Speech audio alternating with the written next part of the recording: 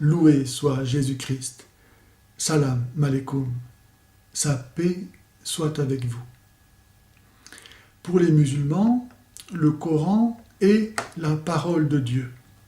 C'est par exemple ce qui est affirmé dans le Coran lui-même à la sourate 2, verset 91, à la sourate 5, verset 84, ou bien à la sourate 3, verset 6-7 que je lis.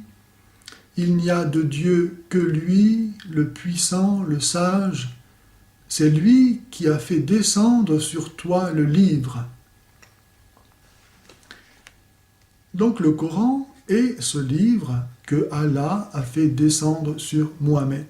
Il est la parole d'Allah. Et pourtant, on trouve dans cette parole des versets comme la Fatiha qui commence le livre du Coran qui dit ceci: c'est toi que nous adorons et c'est toi dont nous implorons le secours. Dirige-nous dans le chemin droit, le chemin de ce que tu as comblé de tes bienfaits. Il est bien évident que ce n'est pas Dieu qui s'adore lui-même ou qui adore quelqu'un d'autre. Pourtant, le texte dit « c'est toi que nous adorons ».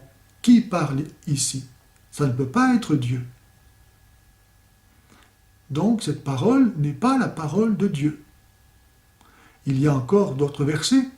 Par exemple, « J'ai reçu l'ordre d'adorer le Seigneur de cette cité ».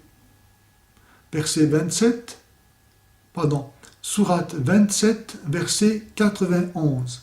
Sourate 27, verset 91. Ou bien, « Fuyez auprès de Dieu. Oui, je suis pour vous et de sa part un avertisseur explicite. Je suis de sa part, de la part de qui? De Dieu, un avertisseur, c'est-à-dire un prophète. » Donc là, il est clair que c'est la parole de Mohammed. Ce n'est pas Allah qui parle.